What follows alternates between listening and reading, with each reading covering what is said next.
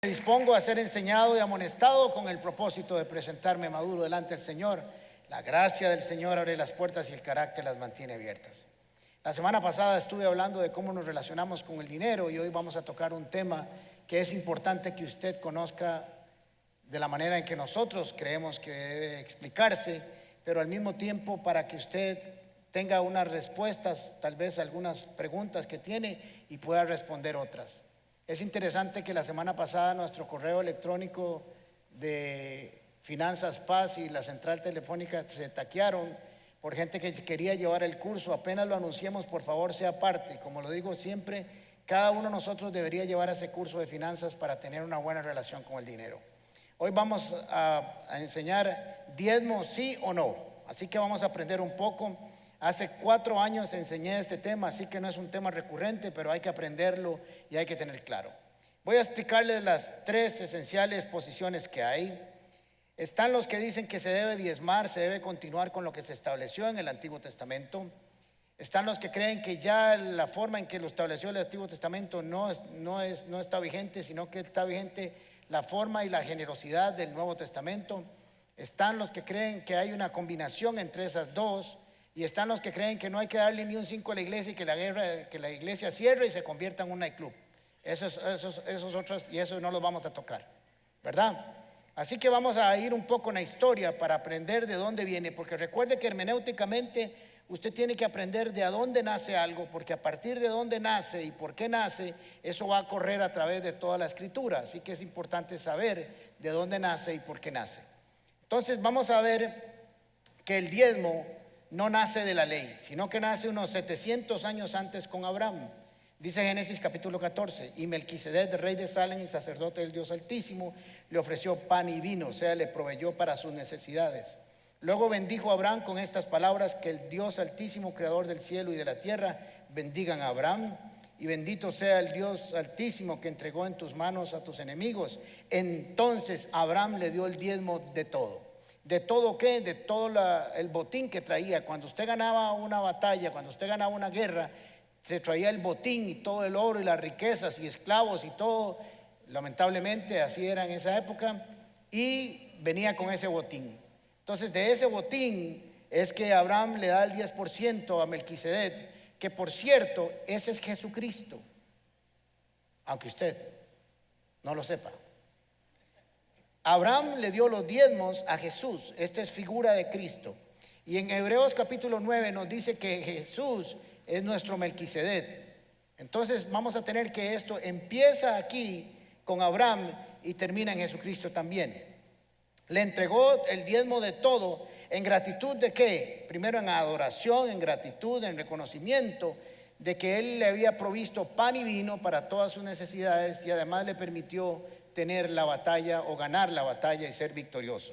Aquí no hay ley, aquí no ha aparecido Levíticos, aquí no ha aparecido absolutamente nada. Nace del corazón de Abraham, porque además era una costumbre de algunas civilizaciones y pueblos también de esa época.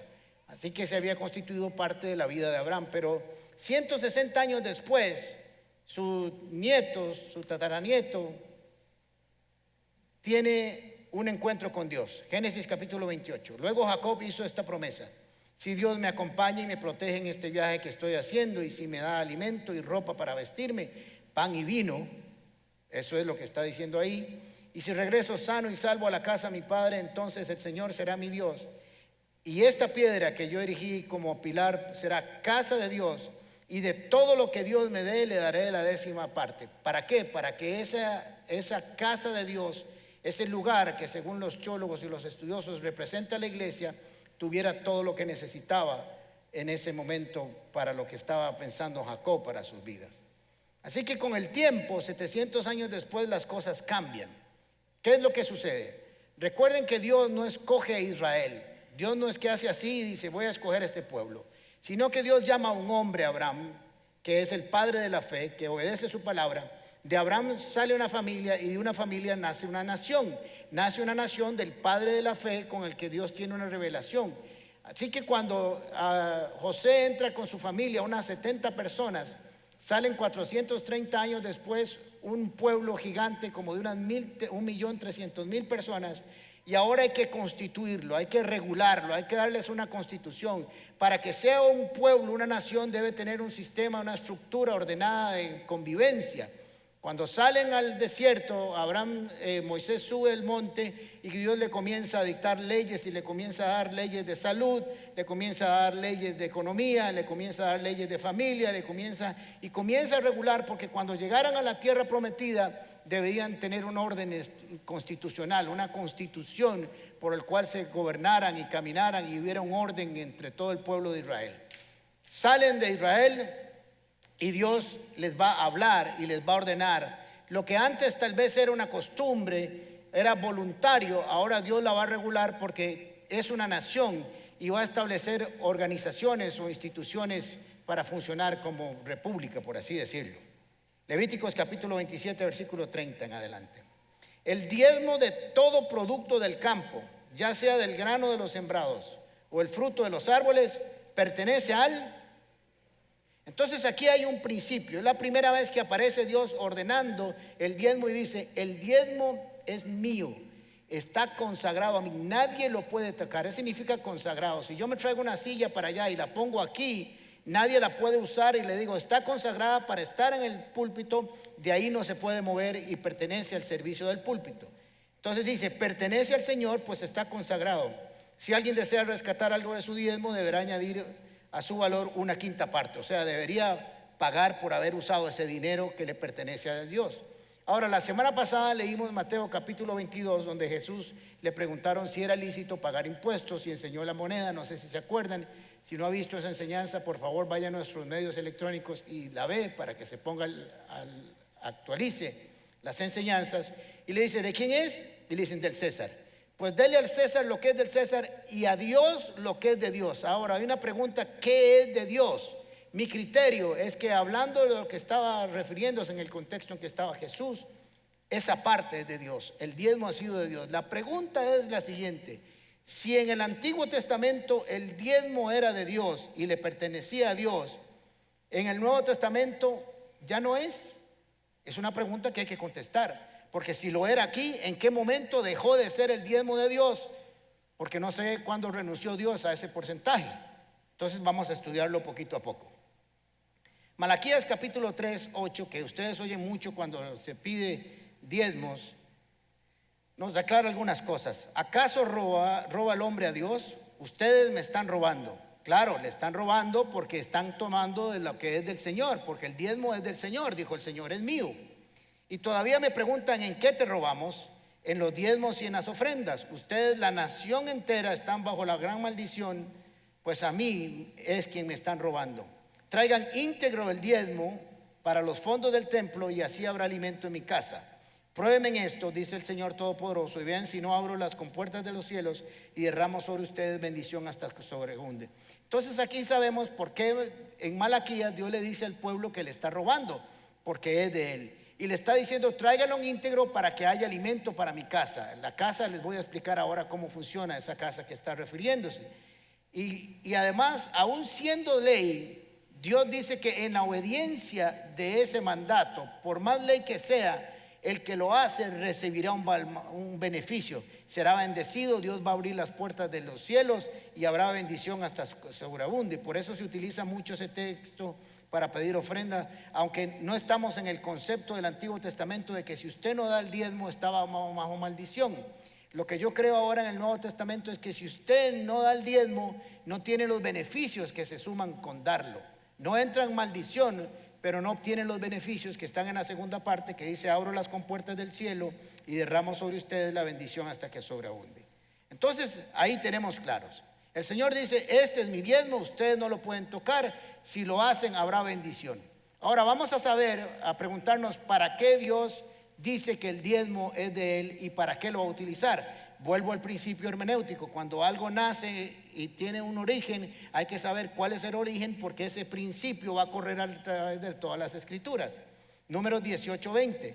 El Señor le dijo a Aarón: tú no tendrás herencia en el país, ni recibirás ninguna porción de tierra, porque yo soy tu porción. Le está diciendo: yo soy todo lo que usted necesita, y todo lo que usted necesita para su vida, yo se lo voy a dar. Yo soy tu herencia entre los israelitas. A los levitas les doy como herencia. ¿Y en qué? ¿Me ayudan? Y en pago por su servicio en la tienda de reunión, todos los diezmos de Israel. Ahora entonces nos damos cuenta que el Señor dice: el diezmo es mío, me pertenece a mí, pero yo se lo voy a dar a quien yo quiera. Y lo que va a pasar es lo siguiente: los levitas como organización religiosa y Aarón como sumo sacerdote no existían en Egipto, no existían antes de que fuera la familia que entró a Egipto. Ahora salen para hacer un país y Dios está ordenando. Va a venir un tabernáculo, va a venir una tienda de reunión, y esa tienda de reunión tiene que ser atendida, tiene que tener gente trabajando. Entonces les dice a los israelitas: todos ustedes van a trabajar. A ustedes en la tierra de Canaán se va a dividir entre 11 tribus, y le va a dar a la de Benjamín, a la Juela, a la otra de Heredia, a la otra Punta Arenas, a la otra, y ahí va a ir repartiendo toda la nación. Pero cuando llegan a los levitas no van a tener nada, porque yo soy su herencia. Yo voy a hacer que ustedes tengan su mirada puesta en las cosas del cielo y no de la tierra. Pero por esa razón, como no tienen nada y necesito que trabajen, toda la nación judía, el otro 110% va a trabajar, va a tener su empresa, va a tener su profesión, va a tener su negocio, va a tener su consultorio, va a ser ingeniero, va a ser abogado, va a sembrar, va a hacer de todo, y de ahí va a traer el diezmo. ¿Para qué? Para que los levitas trabajen en la tienda de reunión. ¿Por qué?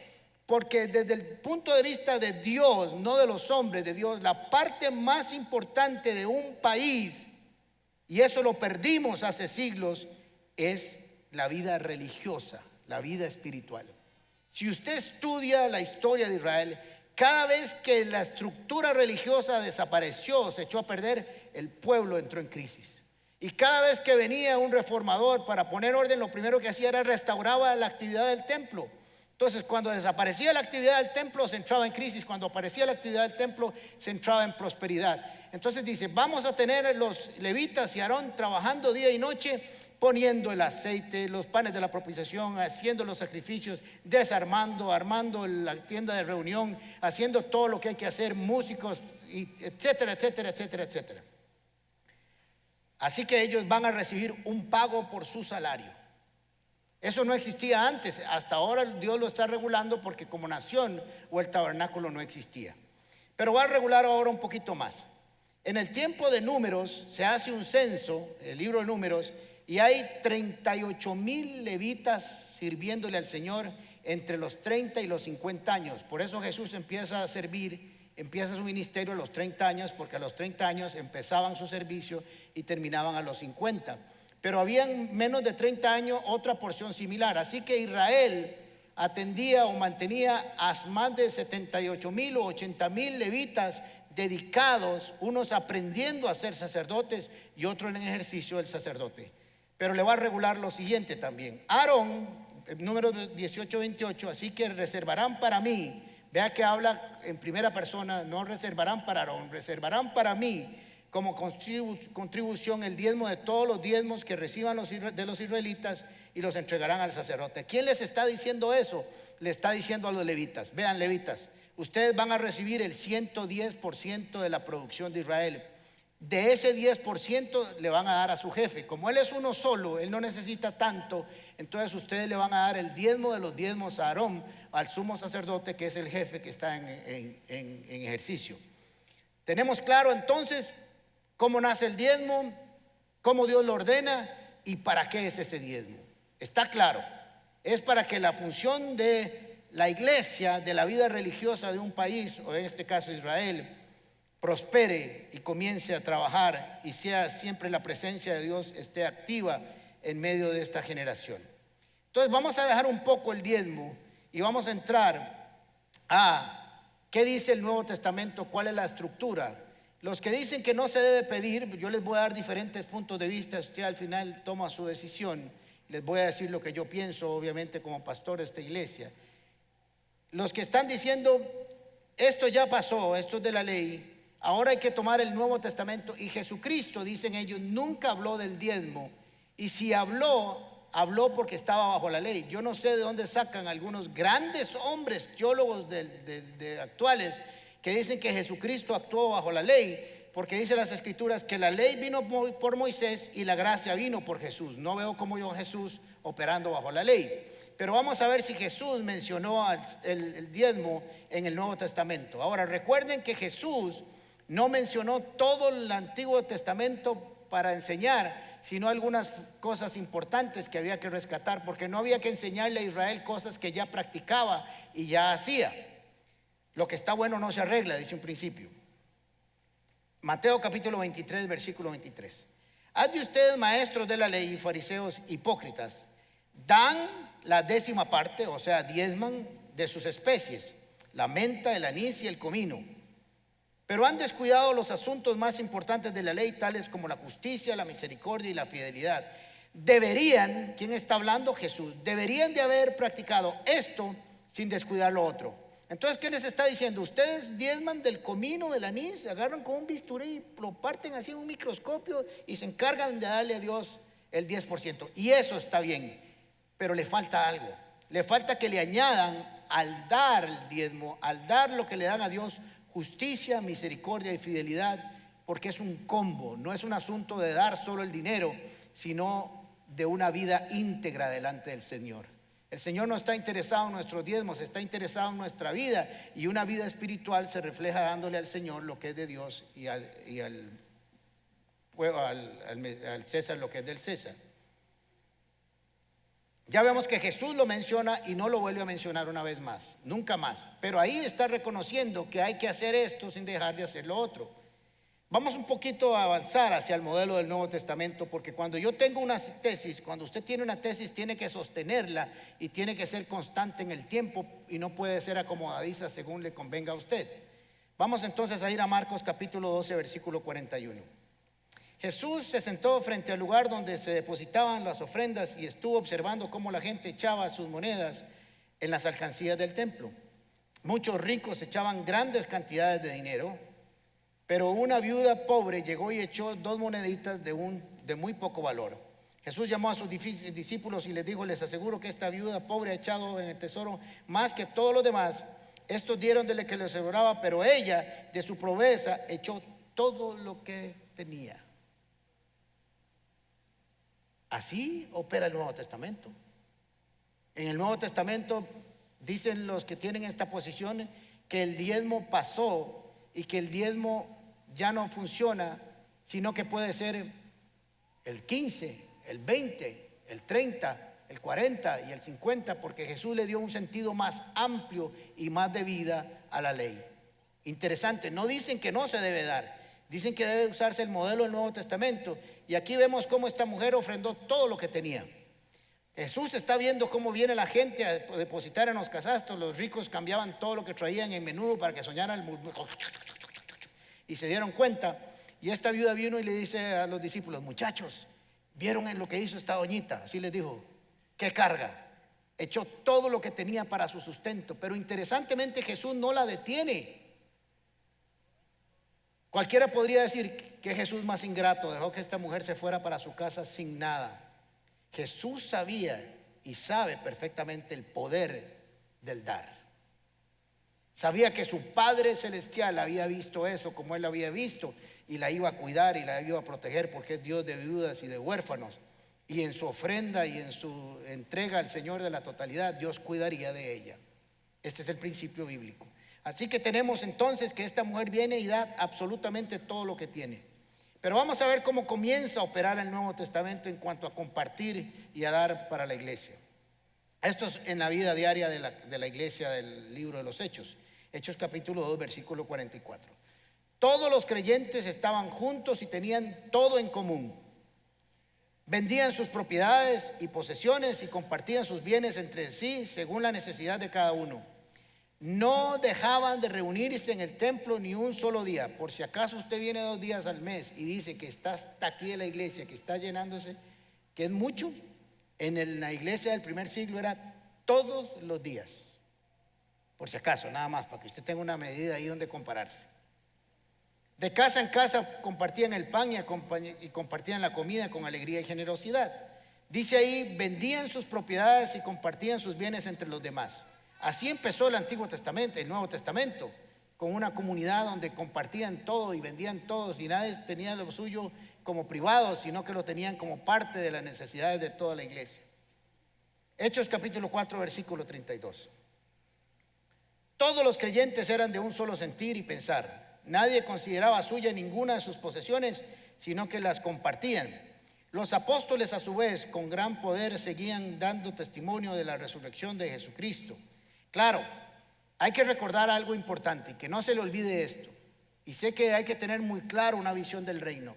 La iglesia está diseñada para predicar el evangelio de Jesucristo, para dar la noticia de salvación. La iglesia, como primera función y prioritaria, tiene que predicar que de tal manera amó Dios al mundo que ha dado a su Hijo unigénito para que todo aquel que en él crea no se pierda, mas tenga vida eterna, y todo aquel que creyere, aunque muera, estará vivo eternamente. Ese es el mensaje de la iglesia: llevar a Cristo al corazón de cada persona. No se puede detener. Por eso cuando los apóstoles los llamaron y les dijeron que había un problema en la distribución de las viudas, ellos dijeron: no es justo, no es correcto que nosotros dejemos de predicar. Y así que nombraron los primeros 7 diáconos que aparecen en las escrituras. Los apóstoles, a su vez, bueno, y la gracia de Dios se derramaba en abundantemente sobre todos ellos, pues no había ningún necesitado en la comunidad. Quienes poseían casas y terrenos los vendían, llevaban el dinero de la venta y lo entregaban a los apóstoles para que lo distribuyera cada uno según su necesidad. Bienvenido al modelo del Nuevo Testamento. Por eso tengo 2 notarios ahí en la puerta, para que cuando vayan saliendo vayan entregando las casas y los carros y todo, y los dejen aquí y se vayan felices para su casa. Es que cuando uno habla de modelos y tiene una tesis, tiene que sostenerla y decir que es exactamente como se hacía en el Nuevo Testamento. Así operaba la iglesia del primer siglo. Pero nosotros hemos tenido conceptos equivocados, muy equivocados, de la iglesia. Y ese concepto lamentablemente ha nacido por los ateos, por los opositores de la iglesia y por algunos creyentes que se dejan engañar porque no conocen las escrituras, y parece mentiras que uno de los grandes enemigos de la iglesia son un montón de cristianos o pseudo cristianos, porque tienen conceptos equivocados de la iglesia. Le quitan el honor y la importancia. Ciertamente ha habido abusos, ciertamente hay cosas que han estado mal, pero está dirigida por hombres y los hombres somos imperfectos. Pero eso no significa que el plan de Dios sea imperfecto. El plan de Dios siempre es perfecto. Que nosotros nos equivocamos en la ejecución es otra cosa. Entonces vamos a ver algunos conceptos que se han manejado mal, porque siempre se ha considerado, o la mayoría, no sé si usted lo tiene así, que la iglesia debe ser un lugar de pobre, horrible, espantoso, que los que sirven en el reino de Dios deben de andar como pordioseros y deben de estar hechos leña, y ojalá se mueran de hambre porque escogieron servirle a Dios. Pero eso no es lo que enseña la Biblia. La Biblia le da dignidad al siervo de Dios, porque trabaja para el Dios Altísimo. Juan capítulo 12, versículos 5 y 6. Le voy a romper algunos conceptos equivocados. Algunos creen que los discípulos andaban limpios con Jesús, que eran un montón de pelados, y que así tiene que ser la iglesia. Les voy a enseñar cómo no era cierto. ¿Se acuerdan? Viene aquella mujer que quiebra el frasco de alabastro de perfume, queda la casa oliendo riquísimo. Ese perfume podría a valor presente valer unos 7 millones de colones hoy en día. Ese frasquito, por si acaso a usted le gustan los buenos perfumes, vamos a venderlos aquí a la salida. Lo que pasa es que el frasco está quebrado, ya no huele mucho, pero es histórico. Dice Judas, imagínense qué terrible quien lo va a decir, Judas. ¿Por qué no se vendió este perfume que vale muchísimo dinero para dárselo a los pobres? Mucha gente critica que la iglesia, en lugar de tener un lugar como este, debería dárselo a los pobres. Ahora le cuento qué hacemos con los pobres. Dijo esto no porque se interesara por los pobres, sino porque era un ladrón y tenía a su cargo la bolsa del dinero, acostumbraba a robarse lo que se echaba en ella. Señores, Judas era el tesorero de los discípulos y de Jesús. Para traerlo a bretear aquí, va. Él se inventó el canguro, eso de los canguros. Él los inventó. Judas era el tesorero. Y dice la Biblia que no dijo que estuviera interesado en los pobres, sino porque ese dinero iba a caer a su cangurito, iba a hacer lo que dice la Biblia, que no supiera la mano derecha lo que hace la mano izquierda. Entonces era una paquilla, otra paquilla, una paquilla, otra paquilla, una paquilla, otra paquilla. Pero ¿qué quiero decirles con esto? Que había un tesorero en el equipo de los discípulos de Jesús, que había alguien que manejaba el dinero y que andaba bastante dinero. Ahora les voy a decir por qué. Alcanzaba para que robara y pagar las cuentas. ¿Verdad si estaba fondeado esa bolsa? Dice, o no dice eso, me corrigen. Los autorizo a corregirme si no dice eso ahí, que robaba a él. Y sin embargo alcanzaba para pagar las cuentas. ¿Y para qué tendrían un tesorero si no manejaban dinero? Ahora, si usted se pregunta por qué Jesús, sabiendo que era ladrón, lo puso de tesorero, porque Dios siempre nos va a poner en el lugar donde nosotros podamos enfrentar nuestro pecado y sentirnos victoriosos y tener victoria en nuestro pecado. No nos va a sacar del mundo, nos va a cuidar en medio de él. Ahora vamos a ver otra cosa. Voy a tomar solo algunos versículos para aclarar algunos conceptos equivocados. Jesús se queda con la mujer samaritana, ¿se acuerdan? Dame del pozo, el agua que yo te daré, etcétera, etcétera. Juan capítulo 4, versículo 7. Sus discípulos habían ido al pueblo a... Gracias. Ese niño está entendiendo perfección. Salieron a comprar. ¿Y con qué se compra? Con dinero. Los discípulos le dijeron, Jesús se quedó, estaba cansado, se sentó a la par del pozo y se fueron ellos a comprar comida. No dice que fueron a asaltarla con una pistola. Dice que fueron a comprarlo y se paga con dinerito. ¿Por qué? Porque había un tesorero y él fue y pagó y compraron ahí atún y tortillas y todo, y fueron donde el chino en la esquina y compraron y comieron. Porque así funcionaba, así funcionaban, así operaban. ¿De dónde tenemos nosotros el concepto tan equivocado que andaban muertos de hambre y que Jesús en la mañana se levantaba y le decía, muchachos, oren al Padre porque no hay jama hoy? Y dice Pedro, y con el hambrón que tengo vamos a ir a predicar así. Yo estoy que me desmayo, dice Juan. Entonces Jesús agarraba 4 o 5 piedras y oraba en la mañana y decía, Señor, en la tentación no lo hice, pero aquí sí, que estas piedras se conviertan en pan. Y entonces ya comían. Pero se dan cuenta de dónde vienen esas cosas. Usted se está riendo porque usted los ha pensado, seguro. Que creía que eran unos pelados. Imagínese el Rey de Reyes y el Señor de Señores pidiendo en una esquina a Jesús en Jerusalén una limonita para este pobre Cristo que vino a salvar a la humanidad, para darle comer a los 12 discípulos. Suena absurdo, pero hay gente que lo cree. Y no solamente lo cree, lo quiere que así sea. Ahora les voy a decir otro caso que les va a romper aún más la jupa. Marcos capítulo 6, versículo 37. Jesús está enseñando todo el día, ¿recuerdan? Ha estado enseñando por horas y los discípulos llegan y le dicen, maestro, ya échelos porque ya hace hambre. El petit comité tiene hambre y seguro el pueblo también. Y está Jesús predicando y les dice, denle ustedes de comer, y hacen, ¿qué estás diciendo, Willis? Sí, denle ustedes de comer. Y ahí fue donde Jesús después hizo el milagro de la multiplicación de los panes y los peces. Pero vean la respuesta para que entendamos bien, porque cuando usted lee las escrituras tiene que conversar con la escritura y hacerle preguntas. Denle ustedes de comer, contestó Jesús. Pero eso costaría casi un año de trabajo, objetaron sus discípulos. Y oiga la pregunta, ¿quieres que vayamos y gastemos todo ese dinero en pan para darles de comer? A ver si se los traduzco. Juan tenía en la bolsita para comprar todo eso.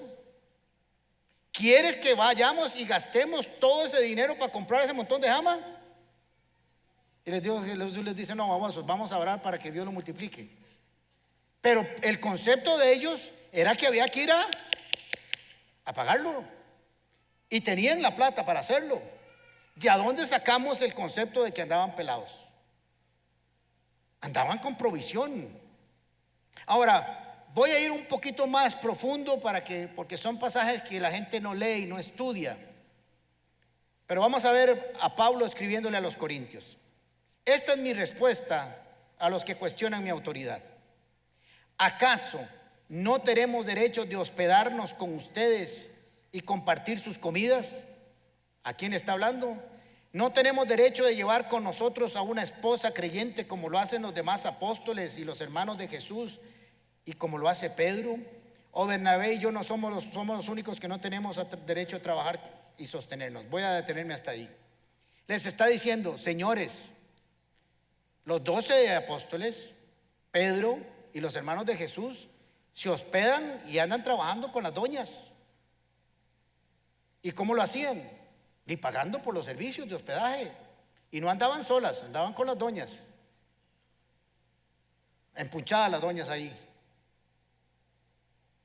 Pero dice Pablo, no tenemos derecho nosotros a hacer eso que ustedes hacen. O sea que ellos viajaban acompañados. Y dice, no tenemos derecho a hospedarnos y a compartir sus comidas. Tenían para comer en el ministerio. ¿O somos los únicos que tenemos que trabajar para sostenernos? Les voy a decir por qué mucha gente dice, ay, pero es que Pablo trabajaba para predicar. Pero los otros 17 o 18, los hermanos de Jesús y los apóstoles no. Entonces la regla no es Pablo. Porque si, póngale 12 los apóstoles nada más, si no sumamos a los hermanos de Jesús, lo hacían, la excepción es Pablo y Bernabé. Y le voy a decir por qué Pablo y Bernabé no lo hacían. Porque Pablo venía de una familia de clase alta. Era educado, tenía maestrías y todo lo demás. Hablaba varios idiomas. Él no quería personalmente que alguien le dijera que lo mantenía. Era un orgullo santo. Pero esa es la razón. Pero él está diciendo, yo tengo derecho. Si yo quiero ejercerlo, yo quiero que me den lo mismo que le dan a los otros discípulos. Ahora miren qué interesante esto. Esto les va a volar las 2 neuronas. ¿Qué soldado tiene que pagar sus propios gastos? ¿Qué agricultor planta un viñedo y no tiene derecho a comer de su fruto? ¿O qué pastor que cuida su rebaño de ovejas no se le permite beber un poco de la leche? ¿Expreso meramente una opinión humana o dice la ley lo mismo? Vean qué interesante, está diciendo Pablo. Ya, no tengo derecho yo, si siembro una huerta, a comer de esa huerta. No tengo derecho yo a comer del fruto de la uva si siembro un viñedo. No tengo derecho yo a comer de lo que está plantado, de lo que estoy trabajando, de la leche de las ovejas. No tengo derecho. Claro que tengo derecho, dice Pablo.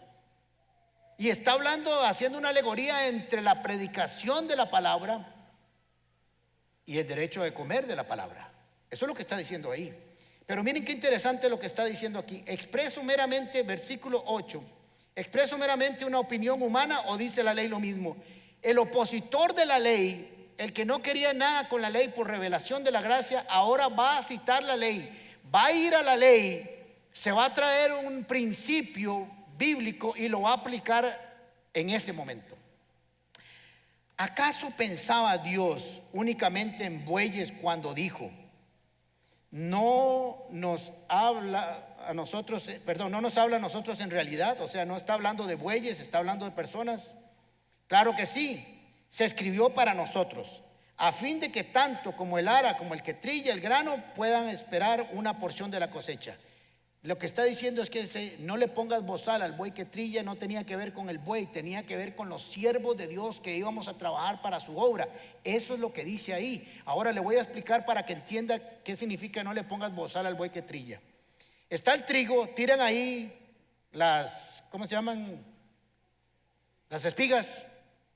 Y hay un buey que está pegado a un eje con un palo aquí, y ahí está todo el día trillando, y le está pasando por encima por las piedras, y está moliendo el trigo y se está separando de la espiga. Y lo que está diciendo, no le pongas bozal al buey que trilla, deje que el pobre buey que está breteando coma del suelo, porque le está ayudando a usted a vivir, está haciendo el trabajo que le toca a usted. No le ponga bozal al buey si quiere comerse un poco de trigo mientras está breteando, porque está breteando y está haciendo bien su trabajo. ¿Qué le está diciendo ahí? No le impidas al siervo de Dios, a la sierva de Dios, que coman de lo que están sembrando, porque te está dando del Espíritu, te está enseñando la palabra, te está instruyendo, te está discipulando, está orando por vos, está ministrando, está haciendo todo lo que está haciendo. Pues déjelo comer un poco de lo suyo también. Eso dice ahí. Algunos de ustedes tal vez nunca han leído esa porción, pero eso dice ahí. Y no está hablando de bueyes, dice, está hablando de nosotros, los siervos de Dios. 1 Corintios capítulo 9, versículo 11. Hoy soplado para que me dé chance. Ya que hemos plantado una semilla espiritual entre ustedes, no tenemos derecho a cosechar el alimento y la bebida material. Si ustedes sostienen a otros que les predican, ¿no deberíamos tener nosotros aún mayor derecho a que nos sostengan? ¿Qué está diciendo Pablo? Está diciendo: ustedes, la iglesia de Corintio la empecé yo, dice Pablo, y ustedes están sosteniendo a otros siervos. Está bien, pero no tengo más derecho yo de que ustedes me sostengan a mí. Eso es lo que dice ahí. Pero nunca hemos valido este derecho, preferíamos soportar cualquier cosa antes de ser obstáculo para la buena noticia. Pero está diciendo: si yo quiero, ustedes me deberían sostener a mí y no a los que están sosteniendo, porque yo tengo derecho sobre ustedes. Si sembré lo espiritual en ustedes, no tengo derecho a recoger lo material. Eso es lo que dice ahí, no lo estoy diciendo yo. Si usted ha tenido a alguien, si esta iglesia le ha provisto de discipulados, le ha provisto de todo lo que usted necesita, ¿no tiene derecho la iglesia de recibir también una porción suya para hacer todo lo que hace? 137,000 personas fueron beneficiadas el año pasado, en el año 2021, por todo lo que hace esta iglesia, acumulado. Y repartimos entre los pobres y los necesitados más de 26 millones de colones. Lo cual usted no haría solo, pero si lo hacemos juntos, sí lo podemos lograr. Y también tenemos pastores. Deberíamos de tener más pastores, más siervos apoyando la obra. No se dan cuenta, versículo 13, no se dan cuenta que los que trabajan en el templo obtienen sus alimentos de las ofrendas que se llevan al templo. No se dan cuenta que el que trabaja en la iglesia debe comer de lo que queda en la iglesia. Ahora, yo les voy a aclarar un poquillo por si la casa es la mano peluda, que yo llamo.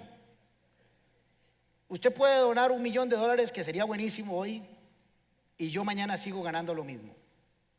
Yo tengo un salario que me puso una junta directiva que hizo un estudio de mercado entre los pastores y el tamaño de las iglesias y ciertas cosas para que fuera técnico, y ellos me pusieron mi salario. Yo no me he puesto mi salario. Yo no toco el dinero en esta iglesia. Hay un gerente general que se encarga. Si a Rubén se le ocurre no pagarme la otra semana, me quedo sin salario. No es que aquí deja la ofrenda y yo voy y recojo y hago así como Judas y jalo para la choza. Usted asiste a una iglesia que no conozco dos en el país que tiene una auditoría externa. Somos auditados por una empresa consultora externa para que todo esté limpiecitico, como diría mi mamá. Por eso somos una buena tierra. Yo le he enseñado a mi gente que podemos administrar algunas cosas más o menos, pero el dinero tiene que ser exacto. Y mientras lo hagamos santamente, Dios nos va a proveer todo lo que necesitamos. Por eso no insistimos aquí en pedir y pedir y pedir y pedir y pedir y pedir, porque Dios nos ha provisto por aplicar el principio de que Él es fiel en lo poco, es llevado a lo mucho. ¿No se dan cuenta que los que trabajan y obtienen sus alimentos de las ofrendas del templo, de ahí comen? Y los que sirven en el altar, una porción de ellos, y los que sirven en el altar reciben una porción de lo que se ofrece en el sacrificio. Llevaban y quemaban la carne y la sacrificaban y le daban un poco al que trabaja en el templo. Del mismo modo el Señor ordenó. ¿Quién ordenó? Es una enseñanza de Jesucristo. Es que no leemos bien las escrituras. Que los que predican la buena noticia sean sostenidos por los que reciben el beneficio del mensaje. Hay un intercambio. El pastor, el siervo, el maestro, el apóstol, el profeta, ¿qué más me falta? Bueno, esos 5 tienen que vivir de los que reciben la buena noticia. Mientras usted sigue haciendo, ojalá sea el mejor empresario, el mejor trabajador, tenga el mejor salario del mundo, hay un grupo de gente aquí que trabaja abnegadamente para que usted tenga grupos paz, para que usted tenga divorce care, para que usted tenga los talleres para que tenga levántate, para que todo lo que nosotros damos, más de 50 servicios damos nosotros en diferentes ministerios. Y requiere gente, y requiere inversión. Cuando estuvimos en pandemia, por ejemplo, en el cierre de todo, que venía yo a predicarle las sillas aquí, todos quienes nos vieron desde sus casas, lindísimo. ¿Alguna vez se ha preguntado cuánto cuesta llevarle esa señal a su casa? ¿Se ha puesto a pensar cuánto cuesta? ¿Les gusta cómo suena la música aquí? ¿O no? Oigan los músicos, no les cuadra mucho, por si acaso. Se quemó la consola que está ahí atrás, una cosita así de este tamaño, y los voy a sorprender. ¿Saben cuánto vale esa cosita? $50,000. Y usted viene y canta, aleluya, gloria a Dios, qué chiva suena. Cuando pase por ahí, bendiga esa vara para que no se queme en los próximos 50 años.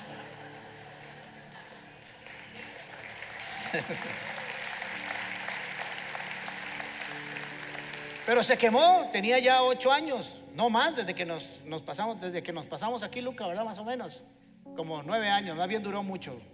No hay que ponerle bozal al mixer que trabaja. Manejamos conceptos equivocados de la iglesia.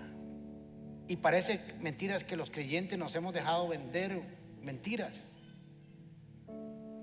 Ahora mire, por último le voy a decir Mateo capítulo 10. Jesús manda a sus discípulos a hacer el trabajo, el primer trabajo misionero. Les dice: no lleven oro, ni plata, ni cobre en el cinturón, ni la bolsa para el camino, ni las mudanzas de ropa, ni sandalias, ni bastón, porque el trabajador merece que se le dé su sustento. Dice: no lleven nada de ustedes, no gasten sus provisiones, no gasten lo que tienen en su casa, váyanse así como están. Porque en la casa donde ustedes lleguen a predicar y el pueblo donde lleguen a ministrar, que van a llevar el mensaje de las buenas nuevas, que van a orar por los enfermos y se van a sanar y van a liberar a los demonios, que esos mismos los mantengan y les paguen lo que ustedes valen. Mateo capítulo 10 versículo 9. No hay otra forma de interpretarlo. Más bienaventurado dar que recibir. Ahora entonces tenemos: yo no creo que estemos aquí en la ley mosaica. Creo que el modelo del Nuevo Testamento es más amplio aún que la ley del Antiguo Testamento. Creo que anda por el 15, el 20, el 30, el 40, el 50, el todo. Pero como es una irrealidad de que sea el todo, nos paramos aquí un poquito más a este lado y creemos en el diezmo de Abraham, en el diezmo que le dio voluntariamente por amor, por gracia, porque le dio el vino, el pan y le permitió la victoria. Creemos en el diezmo que adora a Jesucristo, a Melquisedec, que ahora es nuestro sumo sacerdote. Creemos que la iglesia debe continuar haciendo su trabajo.